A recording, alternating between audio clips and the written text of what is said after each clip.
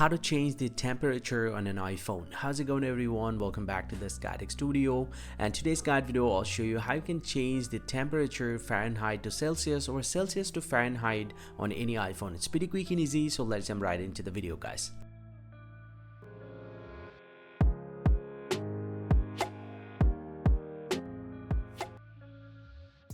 Well, so now to change the temperatures, open up the settings app from your device and then scroll down, tap on general, and then scroll down again and tap on language and region. And from here, if you scroll down, you'll get to see the temperature.